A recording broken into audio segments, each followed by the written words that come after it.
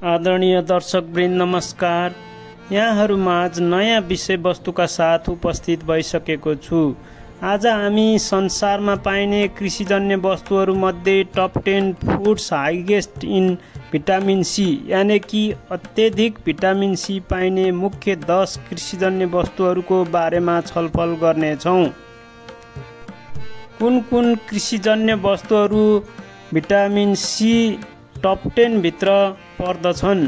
हामीले चिनेका र नचिनेका कुन कुन कृषिजन्य वस्तुहरू भिटामिन सी को खानी भएको होला? यहाँहरूले गेस गर्नुहोस् त। यहाँहरूले गेस गरिसक्नुभयो होला। मैले टप नम्बर 10 बाट यहाँहरूलाई देखाउन चाहन्छु।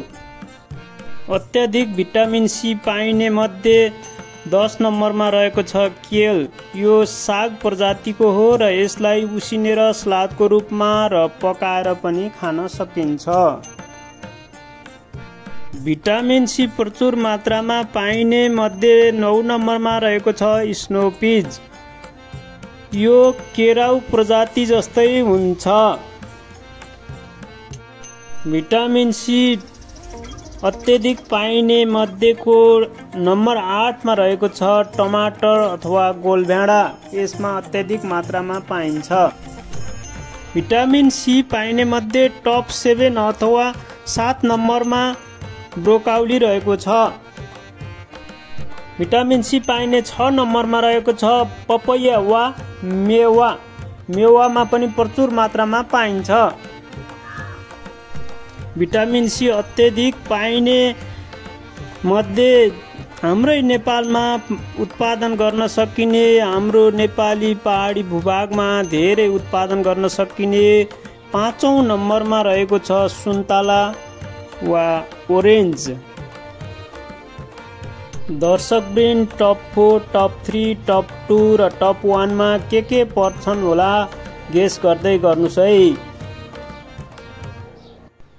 भिटामिन सी को खानी भएको टप 4 अथवा 4औं नम्बरमा रहेको छ स्ट्रबेरी, जुन चाहिँ नेपालको पहाडी भूभागमा अत्यधिक मात्रामा उत्पादन लिन सकिन्छ।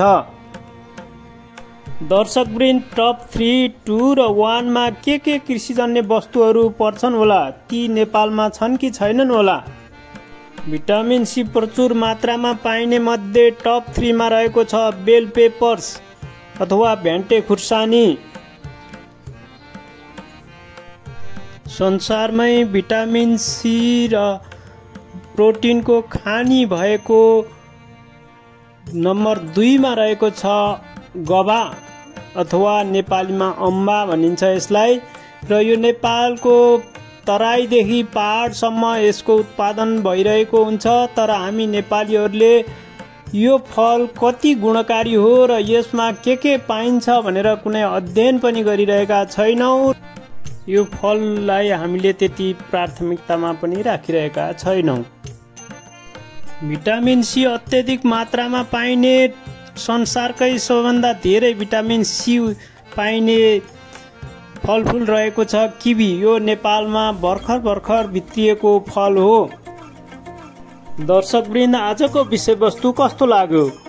यहाँहरूलाई राम्रो लागेमा जीवन कृषि च्यानललाई लाइक, कमेन्ट, सेयर र सब्स्क्राइब गर्न नभुल्नु होला है। यहाँहरूको पल शुभ रहोस्। धन्यवाद। नमस्कार।